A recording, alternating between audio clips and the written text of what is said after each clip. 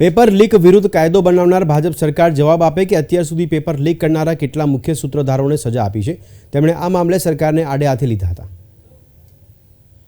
તાજેતરમાં કેન્દ્ર સરકાર દ્વારા પેપર ફોડનારને 10 વર્ષ જેલની સજા તેમજ 1 કરોડ દંડની જોગવાઈ સાથેનો કાયદો બનાવવામાં આવ્યો છે।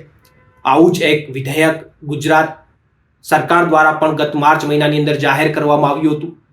ત્યારે મહત્વની બાબત એ છે કે કાયદાઓ તો ઘણા બધા બને છે, પરંતુ એમનું અમલીકરણ કેટલું થાય છે એ ખૂબ મહત્વનું છે। કારણ કે ગુજરાત રાજ્યની અંદર છેલ્લા ઘણા બધા વર્ષોથી અનેક પેપરો લીક થયા છે, અનેક પેપરોમાં કૌભાંડો થયા છે, અને ત્યારે પણ આ વિધેયક અથવા કાયદો નહોતો, પરંતુ એ ગુનેગારને સજા કરી શકાય એવા પ્રાવધાનો તો આપણા બંધારણમાં હતા, આપણા કાયદામાં હતા। છતાં પણ આજે એ ભાજપ સરકારને મારે પ્રશ્ન પૂછવો છે કે પ્રાવધાનો હોવા છતાં પણ આજે કેટલા ગુનેગારો જેલના સળિયાની પાછળ છે? કોઈ નથી।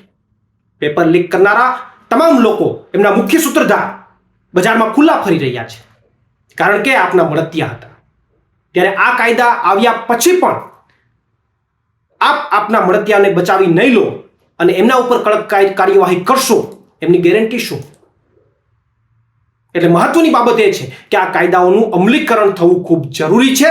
જો અમલીકરણ ન થાય તો એમનો સીધો મતલબ એ થાય છે કે લોકસભાની ચૂંટણીઓ આવી રહી છે, આ ચૂંટણીમાં જે યુવાનો આપનાથી નારાજ છે એને આપના તરફ લેવા માટેનો માત્ર ને માત્ર આ પ્રયાસ છે, એનાથી વિશેષ કાંઈ નથી।